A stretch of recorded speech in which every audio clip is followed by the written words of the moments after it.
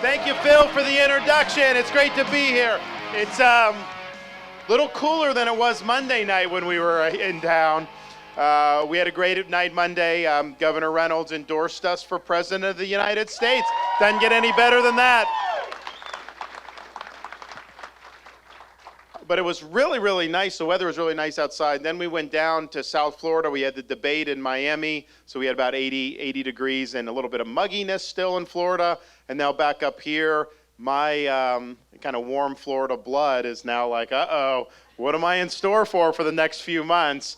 My kids have never seen snow, so we have 6, 5, and 3. So this is going to be the time they're going to be able to do that. So they're looking forward to that. But I also know that as the weather starts to get cooler, that's when I start to see people throughout the Midwest show up in Southwest Florida. And I know that we'll have a lot. So I may have to do an Iowa caucus stop like early January in Marco Island for the Iowans that are going to fly back and do the caucus. So we'll see if we can work that in there. Well, it's great to be here on Veterans Day weekend, and it's important that we pay tribute to the people that have worn the uniform for this country. A veteran is somebody who has, at one point in their life, written a check payable to the United States of America for an amount up to and including that individual's life. You don't know where you're going to be sent. You don't know what duty you're going to be called upon to do. Fortunately, most people don't end up having to make the ultimate sacrifice, but some do. And that's a noble calling, especially in an era of an all-volunteer force. So anybody that has worn the uniform, just know that I appreciate your service. I thank you for your service, and our country wouldn't be what it is without your service. Our founding fathers understood that you can have the best Constitution in the world, you can have the best Declaration of Independence in the world. It doesn't run on autopilot. It requires every generation of Americans to step up and protect freedom when it's threatened, and sometimes that means making choices at the ballot box. Sometimes it means taking care of things that are going wrong inside your country. But sometimes it does mean that people have to put on that uniform and risk their life so that freedom continues to prevail throughout this country.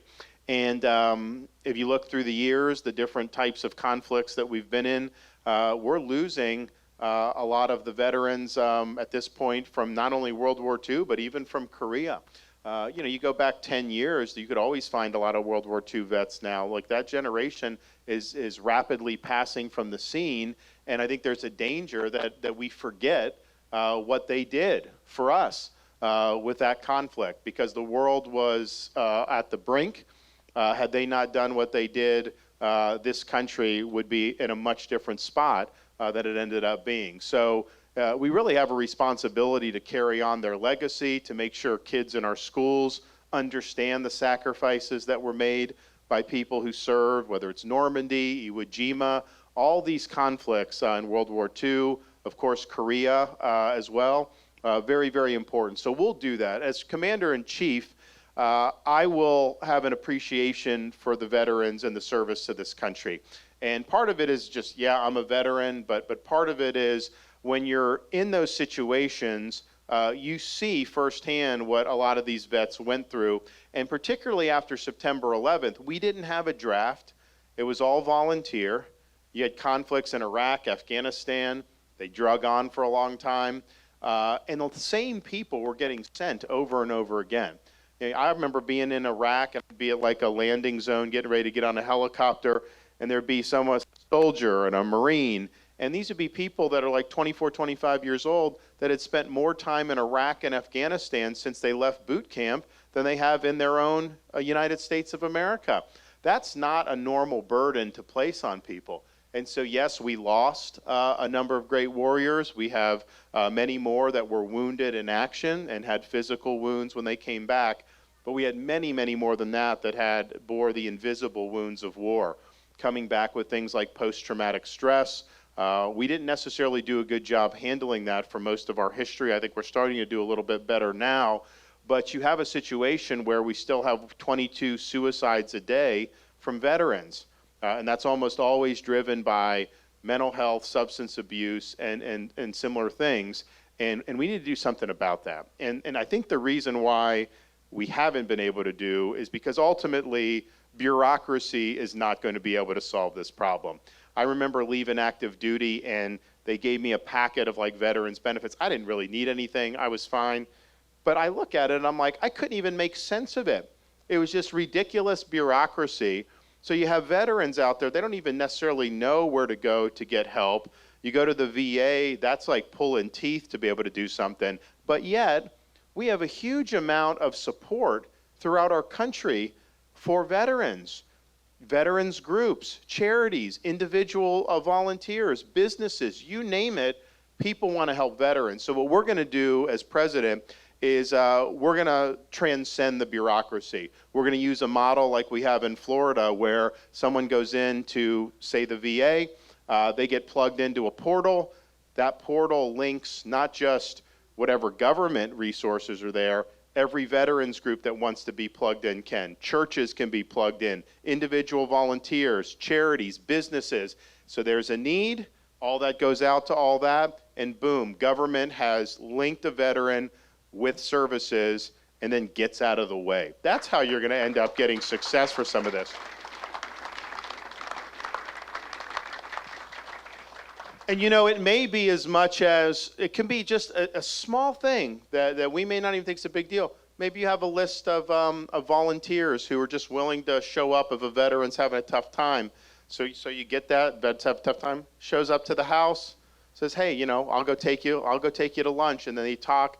Just something like that can make a big difference. We have groups in Florida that help vets with PT, post-traumatic stress. One of them does service dogs. They train the service dogs, pair them with the vet with PTS, and the dog knows how to recognize the symptoms and helps mitigate it. And guess what? The suicide rate for that is almost zero when you go through that. So there's help that's out there. We just need to not let bureaucracy take everything down, and we need to have government facilitate linkages from veterans to all these other things. So we will do that, and we'll make sure we do. The other thing we're going to do is, I talk to veterans now. There's of course issues that veterans have, and they talk about those issues. But most veterans are less concerned about themselves than they are concerned about the state of our military right now, and they're worried about what they see in our military. I was just talking to someone the other day. He was a Navy reservist, and he said that his commander,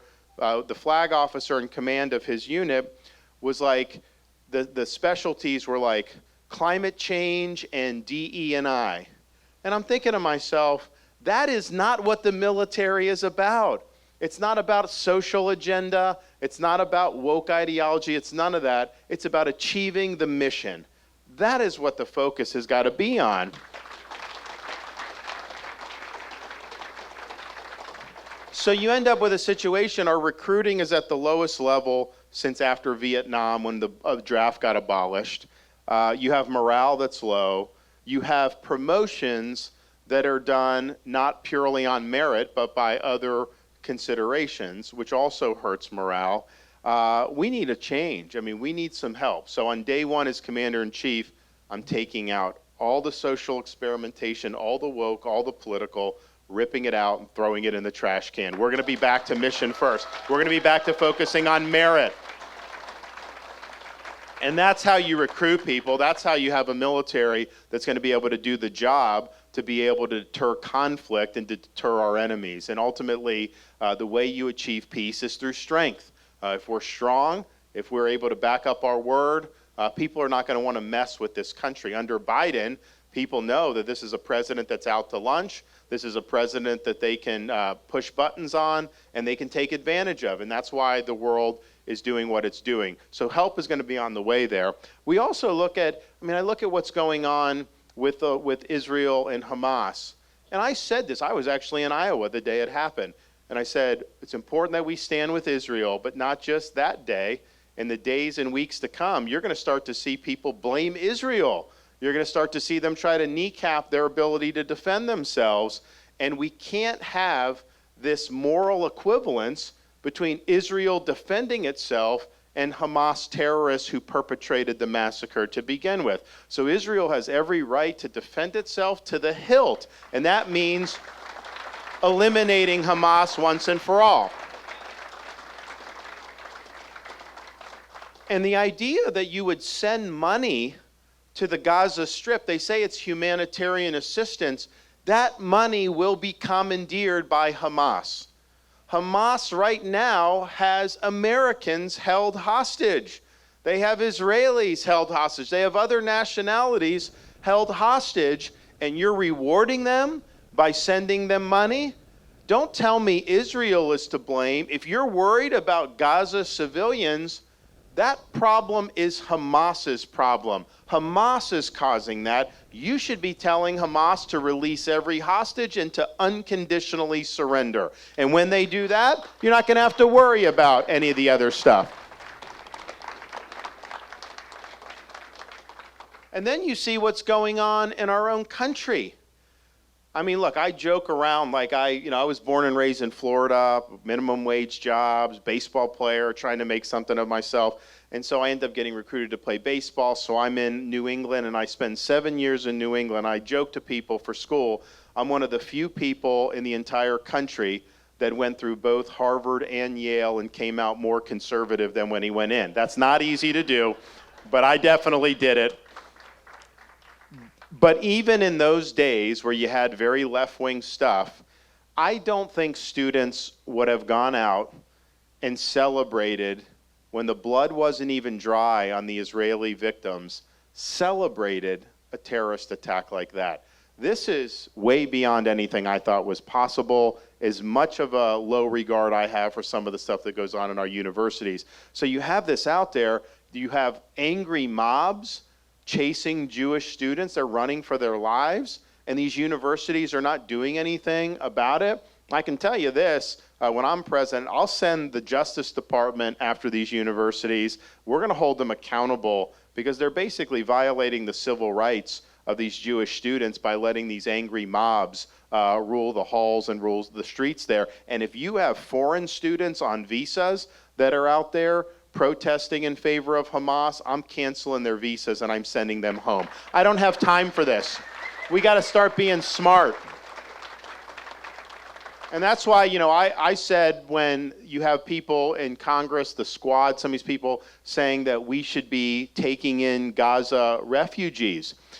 Egypt won't take any, Saudi won't take any, Jordan won't take any, none of that. Why should we be dumping hundreds of thousands of people from the Gaza Strip into our country? That does not benefit you.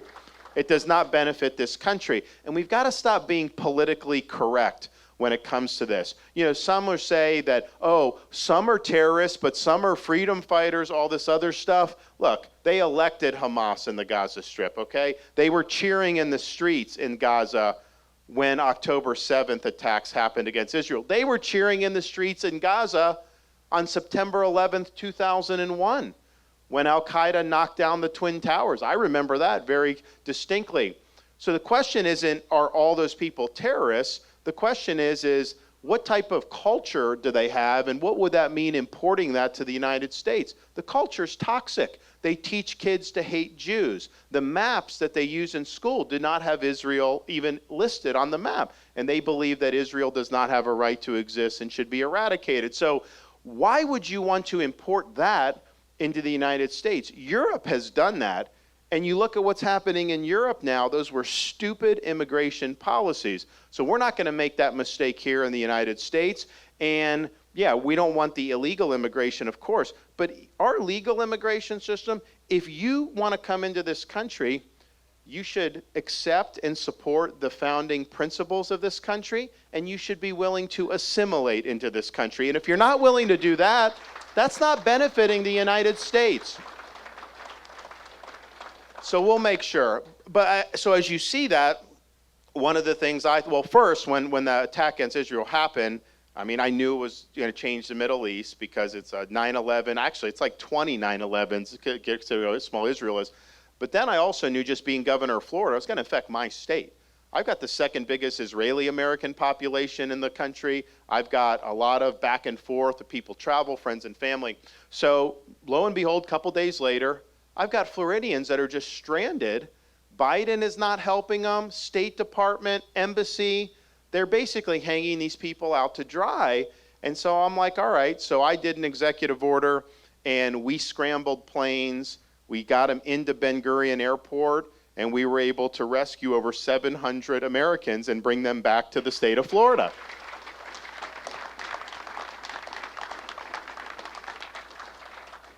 And my wife and I were there when the first plane came. There were 271 passengers, 91 children were coming down. So you literally have families of these very young children.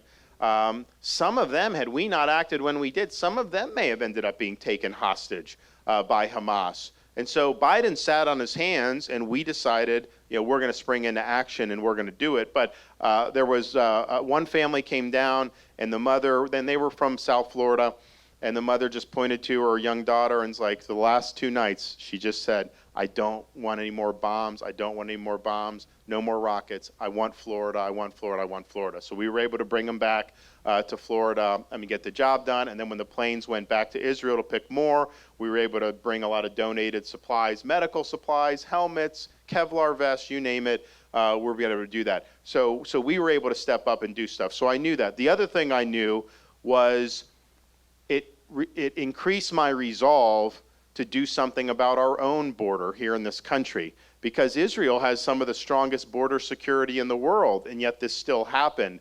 Do you not think that our enemies have not been taking advantage of our southern border over these last 2.5 to 3 years? Of course they have. They've had 8 million people come across the border illegally, hundreds on the government's own terror watch list.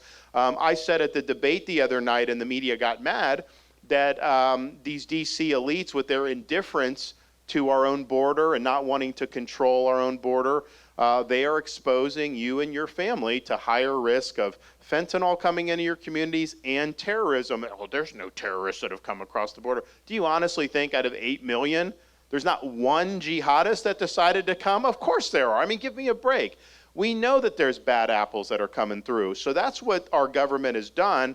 It's put this country at risk. I think there will likely be a terrorist attack that happens, unfortunately, that we're going to be able to trace back to the border at some point in the future. That's why when I'm president, I'm taking all those people that came, that Biden let in, we're going to send them back to their home country. That's what we have to do. You can't just have this many people coming and not know who they are. So we're going to do that. We're also going to declare the border to be a national emergency on day one. It's not going to be an issue that we let linger. We're going to get after it on day one. We're going to stop the invasion of people coming. We'll change the policy so they're not even allowed to come and make any claims in this country. They can wait in Mexico if they want to make claims, and we'll do that. We are going to build the border wall, and we are actually going to have Mexico pay for it. I remember that promise. And here's how you do it. Well, first, so 2016, probably the most famous promise any candidate's made in recent years, build the wall of Mexico, pay for it. Obviously didn't happen.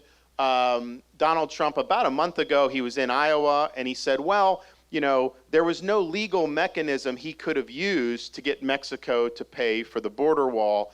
Now, that wasn't what he was saying in 2016, because people were saying, how are you going to get me? I'm going to get Mexico. I'm going to get Mexico to pay. Nevertheless, he said that. Then he said last week that he never said Mexico would pay for the entire wall, that he only said Mexico would pay for a piece of the wall.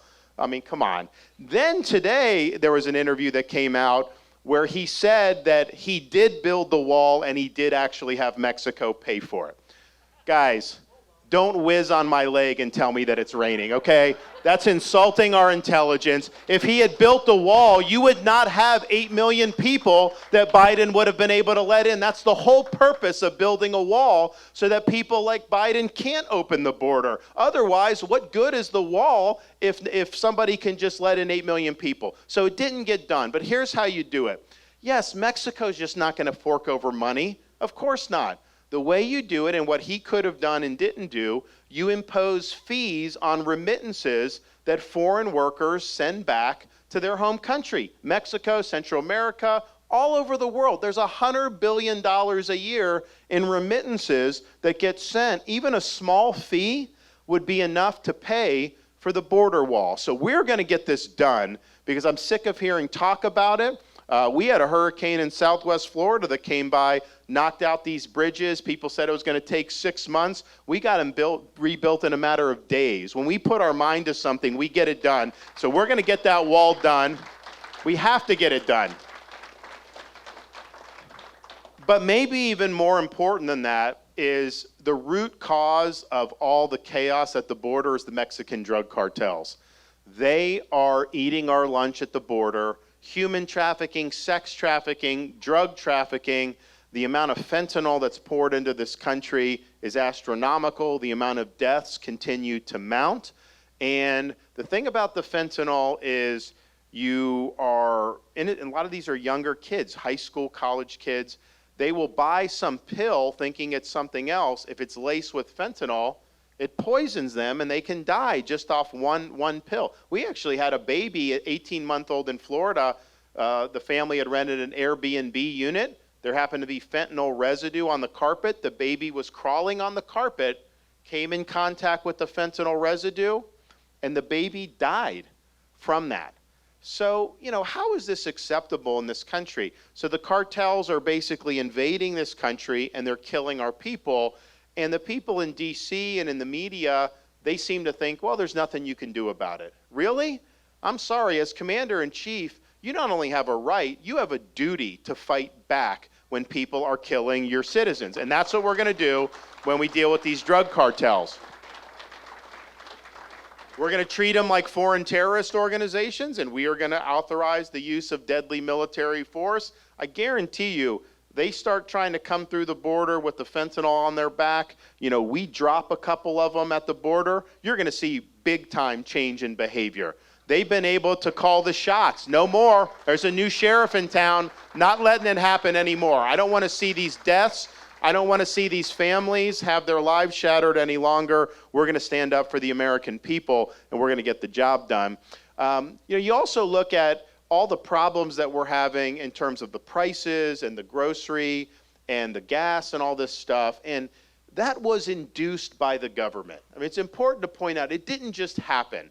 The COVID policies under both Trump and Biden, the amount of money that was borrowed, printed, and spent from March of 20 for the last couple years, that fueled the worst inflation we've had in the past 40 years. And government caused it, and now we're in a situation where government wants to keep spending money at these levels, which are just not going to work. So we need a new sheriff in town when it comes to spending. In Florida, I vetoed billions of dollars in wasteful spending. We've paid down 25% of our state's debt just since I've been governor, all the while cutting taxes by record amounts. So you got to be willing to veto spending bills that are bloated.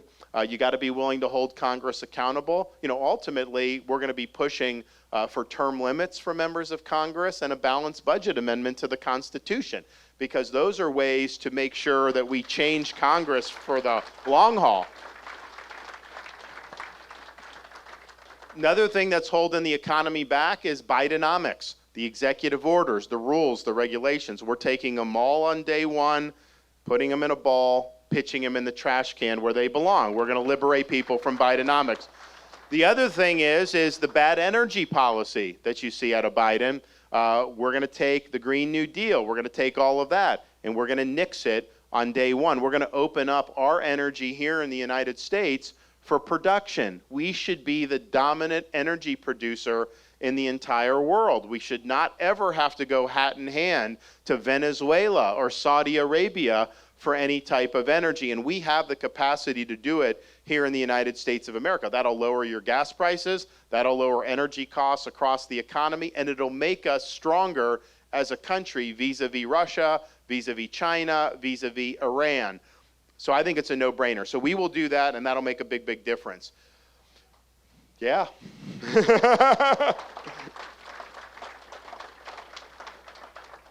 The final thing I'll say, and I'll take some questions if you guys want, but I'm running for president because our country has been spiraling downward.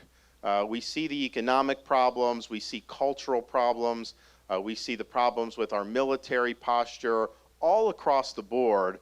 And if we continue going in this direction, you're going to see those problems accelerate even more. But it's not enough as Republicans to just say, well, we'll just manage this decline a little bit better than the Democrats. No, we need to reverse the decline. We need to usher in a revival for America, and we need a new birth of freedom throughout this country. I've got a lot of people that moved to Florida because of all the things that happen in these other states, I just think to myself, like, that's great that people view Florida as a refuge to be able to come, but I can't have everybody that's living under bad policies feel like they have to move to Florida. We need to make sure this freedom is there for all 50 states, and we got to get it right for everybody. So that's what we're going to do. But we're in a situation where freedom is on the line. The direction of our country, if we don't fix it now, it's going to be irrevocable, I think. And you need somebody that can serve 2 full terms and actually get reelected, because otherwise the Democrats can come in and reverse everything after 4 years. You really need it to stick. But now's the time for us to stand up and be counted. And I don't mind, look, as the candidate, as the president, I will take all the hits, I will take all the barbs, I'll take all the insults, because it's not about me, it's about you. It's not about my issues and solving any issues with me. It's about solving your issues and solving issues for the country. And time is running out, and we need this happening right now. Our founders understood when they went to Philadelphia in 1787 to ratify the Constitution, or to write the Constitution, they studied the history of every republic and the history of mankind, because they wanted to inform themselves on what had happened throughout human history. And what they noted was there was only one thing that really united every republic that had ever been tried in human history, and it was this: every single one of them had failed. So they understood it fell to the United States of America to determine once and for all, could people really govern themselves? Could you have a society based on the idea our rights come from God, not from the government, that we live under a rule of law, not the rule of individual men? Or was mankind forever destined to live under various forms of despotism? And they fully expected this country would decide that question for all of human history. When Benjamin Franklin walked out of that convention, he was asked, did you give us a monarchy or a republic? He said, a republic if you can keep it. Because they understood this stuff doesn't run on autopilot. They understood the Constitution, the Declaration. That was just the ticket to the dance. That didn't mean that you were going to have freedom prevail without any fight. You would have to step up and fight and nurture freedom when it was under attack. So that is our task now, and that is what we have to do. So as your nominee, I promise I'll fight for you. I'll win for you and your family. And I will lead this country's revival. So thank you all. I'm asking for your support in January, and I'm happy to take any questions. Thank you so much.